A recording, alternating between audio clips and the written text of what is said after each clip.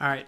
Yeah. What do we got next? What's going on? The next topic we have is Quentin Tarantino. Yeah, doing a Star Trek. You know film. Quentin Tarantino. Of course I do. Not from Star Trek. No, he's a massive Star Trek fan though. Yeah, this is news to me. So Quentin Tarantino, famous director, one of the top directors for sure, I think. Yeah, Once again, another Bobby's top for this podcast. But everything is the top. Everything is the top. That's like my friend Brian is. Everything he says is the greatest in history. He'll say that's the greatest show in history. That's the greatest game in history. That's the greatest team in history. He always says that. But Quentin Tarantino is a really talented director. Yeah, he is. The only movie I still contest that. I don't like Kill Bill. Sorry. Ooh. Yeah, I know that's one of everybody's favorite films. I love Kill Bill. I fucking hate Kill Bill. Why? Because I just don't. It's fine if you don't like it. It's just it's boring to me. Ooh. Yeah, I know. He'd probably get really mad if he heard me. Well, maybe not. He doesn't give a fuck about what you think. He's a good sport. I think that Quentin Tarantino's first 30 minutes or so of Inglourious Bastards is some of the best 30 minutes openings of any movie I've ever watched. I remember watching that in the theater, like, oh my god, this is incredible. And then the movie just bored me to fucking tears. After that? Yeah. Yeah. See, I like Inglourious Bastards. I like the whole movie. Yeah. I do not. Now, maybe I need to rewatch it because people say that I'm just insane for saying that. Yeah, I would say so. Yeah, no, that's fine. Everybody's film's subjective. I mean, there's literally a fucking giant Jew that beats Nazis to death with a baseball bat. That's in the first 30 minutes. Everything, the first scene, I guess. The first scene up to where the bear Jew comes. After that, everything I don't like. Really? I mean, there are parts at the end where like Brad Pitt is like Grazie and you know Eli Roth is shooting Hitler in the face like a million times with that machine gun. Yeah. Like there are parts of it that I like, but everything in between the beginning and the end sucks to me. It's so boring. It's so self-indulgent. And he is just not, like, no one was saying, hey, Quentin, this scene is just kind of long. Do you think you maybe can cut out, like, 10 minutes of it? Yeah, okay, all right. I'll give you that. Like, that whole bar scene at the bottom, just with the card game. And oh, my God. The only part I liked about it is that if you hold up your fingers like that, it's like a German thing. And if you hold it up like this, it's not. Yeah. And so that's how they asked the guy. They were like, how many drinks am I ordering? He's like 3, and they knew he was a spy because he didn't hold it up the German way. Which it's weird because I hold 3 up that way. Fucking piece of shit. Yeah, I know. What are you gonna do? So the one thing is that he's a huge Star Trek fan, and he wishes that, and he also has a big vendetta against Star Wars. He really hates Star Wars right now. Why? Because he believes that Disney caused his Hateful Eight movie that came out around the same time as Star Wars The Force Awakens. It failed because everyone was picking Star Wars over his film. That's his fault. That's don't release it at Star Wars time. Yeah. That's a fucking juggernaut of a movie. Yeah, whoever was in your production company that decided that was a good time and that was a good movie to go up against, they were a fucking idiot. You can't be mad at Disney because your production company is fucking stupid. He said that, yeah, all the to get his movie in the theaters would cost more, and they were using more theaters to run Star Wars back to back, and so he does not like Disney right now with Star Wars, but he's always been as I said, he's always been a Star Trek fan. So he went to J.J. Abrams, who did the first 2 rebooted Star Trek movies, directed them, and I think helped produce them, and said, hey, I have a good idea for Star Trek. Do you want to hear it out? Quentin said yes. Quentin liked the idea and went to Paramount and said, I believe Paramount is the company. I'm almost positive. Yeah, I think for the Star Trek movies, yeah, I'm pretty sure I think it's Paramount. Went to Paramount and said, here's Quentin Tarantino. You know who he is. And said, hey, we want to do a Star Trek movie. Any interest? And they were like, yeah, we do. Because right now, I love the 3 Star Trek movies. I think that Star Trek Beyond was incredible. Still like the first reboot one better, but, you know, that's here or there. but it didn't make that much money. Star Trek just is not Star Wars. It's just not. So they were probably like, okay, whatever we want to do to breathe some life into this franchise, we're fine with that.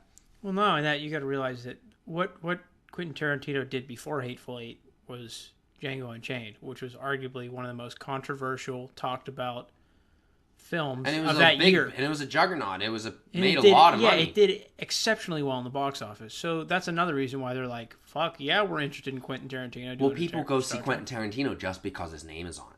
It's almost the Christopher Nolan effect or the Spielberg effect. Yeah. You can throw their name on there and someone says, I will see that movie because they have a great track record. Yes. Now, J.J. Abrams and Paramount and Quentin Tarantino, it looks like this could happen. Like, they're really fast-tracking this to production. Yeah.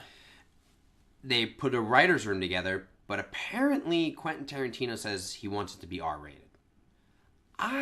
As a Star Trek fan, I don't know if I like that. Okay. But how about you, from a non-Star Trek fan, how do you look at it? I've never been interested in Star Trek, so let's just get that out of there. Yeah, that's why I'm asking you about it. Okay, so are we talking Quentin Tarantino R-rated, or are we talking like R-rated movie because maybe it swears twice, or Quentin Tarantino? Yeah, if we're doing a Quentin Tarantino R-rated movie, I don't think it fits into the universe. Yeah. I don't. If we're doing R-rated, like maybe somebody gets blown up, or, somebody says fuck more than once because, you get your PG-13 one fuck. Yeah. Now, I've been watching Star Trek Voyager, and there is a scene where they say fuck, and a lot of people lost their minds. But you know what? I'm sorry. Older Star Trek fans are fucking nuts. They are way too whiny. They non-stop bitching and moaning. This isn't the Star Trek I grew up with. Get over yourself. Get over it.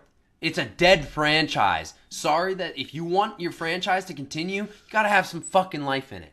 And you're not gonna get shit from, like, I went in there, I was like, Star Trek after Star Trek fucking Nemesis, which fucking killed the franchise. And then they did fucking Star Trek, and I'm like, I'm swearing so much, I feel like I'm in a Quentin Tarantino movie. But Star Trek Enterprise was a bust, although Star Trek Enterprise I thought it was okay. It just was a bust. The fan base was dying off. They weren't getting new fans, so they did this Star Trek reboot. And I thought it was great. I thought the cast was great, and the universe, they did this parallel universe where they kind of fixed all the errors of the older stuff that they messed up. And these Star Trek fans just non-stop just hate on it. Non-stop. Well, bitch, moan. Bitch, moan. That's all I hear from the Star Trek community. And there are some people who like and it seems that the Star Trek community doesn't like Star Trek Discovery. But newer people like it. And that's what you want. I'm sorry. Fuck the old fans. Because they're not going to lose all the old fans, and they know that, and they're gaining new fans. So if they gain more fans than the whiny ones that they lose, that's why they don't give a shit. I thought it was a mistake to put this all-access CBS to promote Discovery, because nobody new is going to pay to watch a new Star Trek show unless word of mouth is that good that they said, you need to watch this show. Well, I mean, that's a corporation making a fucking dumb decision. We talk about that every podcast. Yeah, it's just... This is a good way, I think. I'm willing to deal with the R rating. Even though I don't fit. I don't want a Tarantino R, is what I'm saying. I think that's... But I think it is a smart decision. What, to do an R? No, to get Quentin Tarantino. Oh, yeah, no, as a director, yes. See what he does. I just don't want a Tarantino R where people are being dismembered every 5 seconds and... There's blood everywhere. Yeah, every other word is fuck. Like, we don't need that in Star Trek. It just doesn't work with that universe. And to say Quentin Tarantino I love Quentin Tarantino so much. And when he said it was Star Trek, I was like, that's amazing. I love that news. But then when he apparently demanded that it be R, I was like, come on, Quentin, can you just step out of your wheelhouse a little bit and just not direct something like that, please? But hey, this movie could be amazing. It could also suck. But I also think it's pretty crazy that this is the first time Quentin Tarantino is directing something that he did not raise up and cradle and nurture. Yeah. This is an established franchise. But the thing is, I think that Paramount is at the end of its ropes, that they're like, we don't know what to do with this franchise. We don't want to let it die. The movies make okay, but they're not breaking any bank. Yeah. And I think that, I think it's a smart decision. I as I said, I don't really disagree with the R rating, but at the same time, I am willing to adapt. I am willing to see what they give me. That's what humans are supposed to be good at. And no, because everybody's a crybaby bitch and needs it their own way. Humans are supposed to adapt. That's what you're supposed to be good at. Well, I'm just telling you that. That's fine. In my soft, soothing voice. It's just... Star Trek Discovery is a great show. I think it's a great show. Yeah. And it's different from a lot of other Star Trek shows. There are issues I have with it. And there are some things I wish they would do differently. Yeah, but think about any other Star Trek thing. Are there issues that you have with them? Yes. Okay. So, is it really that different? No, it's not different at all. When you break it down to that simple of a level, it's not that different from any other thing. I just feel like, why do I feel like I'm the only sane Star Trek fan in the world right now? Like, I know somebody who's a big Star Trek fan, and I asked, do you like Discovery? He's like, no. Like, why? It's just not really my thing. It's not really a Star Trek I really like or care for. It's fine. You don't like it. You don't like it. That's You can do that. Yeah, but I'm not saying he's not like publicly complaining about how bad it is, and then also not imbibing. He just says he's just not very happy with the route that they took. Okay, it's fine. But these Star Trek fans need to shut the fuck up. They're almost just as bad as these like blind Marvel and DC people that are just like, I love only Marvel. I love only DC. Yeah. Like, just watch the fucking movie, and if you like it, you like it. If you don't like it, sorry, Cobra. If you don't like it, you don't like it. So I'm very optimistic for it. Yeah. Obviously, until I see a trailer, that's fine. I just kind of thought that an hard R, could be a light R, I don't know.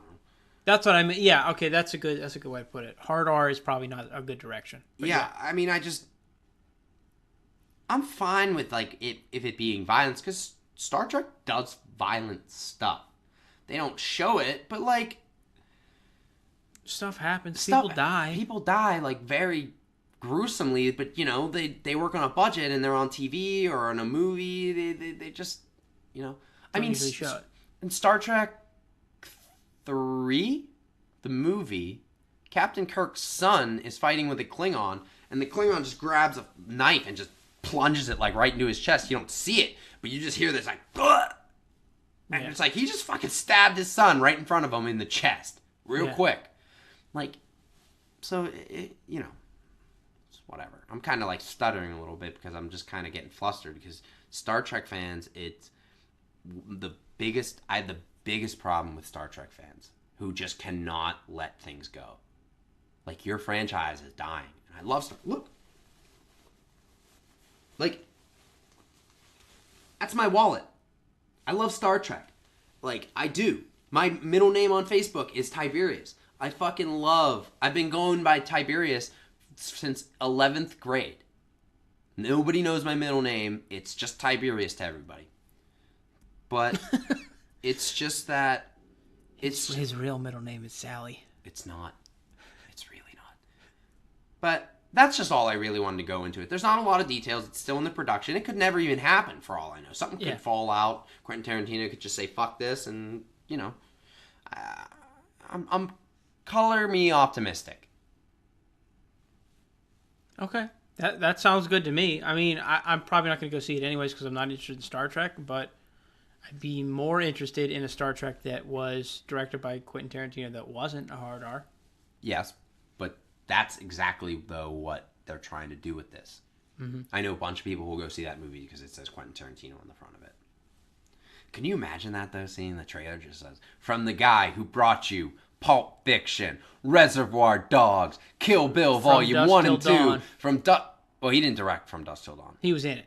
He was in it. Yeah. Writer of True Romance, because apparently he's writing it, too. He's, like, apparently, like, having a big part in writing it. And Hateful Eight, Inglourious Bastards, Django Unchained. Yeah. Brings Star Trek. It's a very odd combo. Yeah.